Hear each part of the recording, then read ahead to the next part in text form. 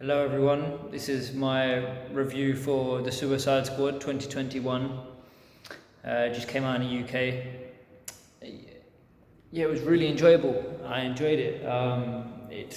It's James Gunn is sort of going back to his roots of, you know, mature adult content.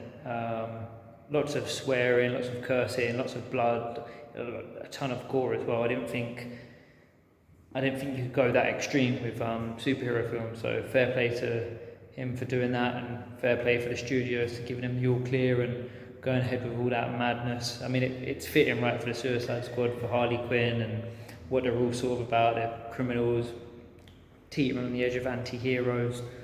Yeah, in terms of the story, it was pretty cool. You know, it's that's the real Suicide Squad going to do a suicide mission and being screwed over by the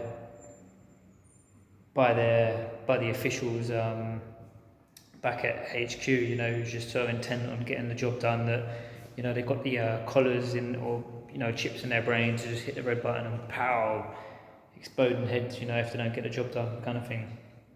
So there's some stakes and whatnot. Of course, like, we're only attached to certain characters because we've seen them before in previous films, or of course Harley Quinn. And no one wants to see Harley Quinn go down, do they? Especially without a fight. And speaking of Harley Quinn, she had like a subplot, a little story arc within the film that felt like disjointed. Felt like, you know, that those scenes there were potentially on the cutting table, and, you know, it was like, yes, we'll include it. No, it doesn't need to be included, kind of thing. But it was cool. At first, though, watching the scene, I was like, no, like, this is not what I want to see from Harley Quinn. I don't know why they're going down this route, damsel in distress kind of thing. But it, you know, he turned the scene around, and I enjoyed it by the end. And her little speech at the end of those scenes was brilliant, like real Harley Quinn. So yeah, yeah. I mean, you know, what kind of film do you get when you're going up against a massive giant starfish, right?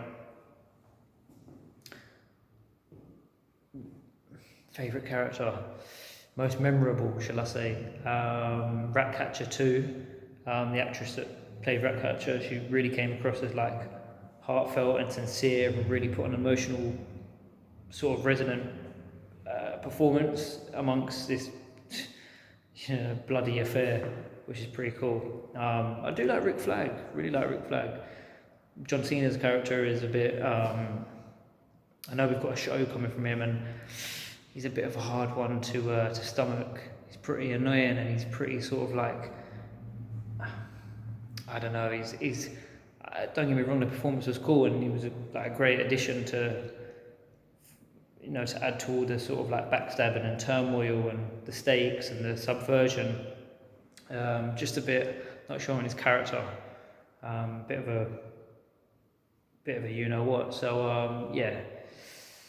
Yeah, Idris, I love to see Idris doing his English accent. He's probably at best when he's doing that accent, and it comes across cool as well. I'm sure that the studios sort of, well, they jump on that, right? If it's for a certain character, they want to get a bit of grit across. Yeah, the Suicide Squad, it was great. Like I said, I'm surprised that they sort of went that far. Let's see more of that.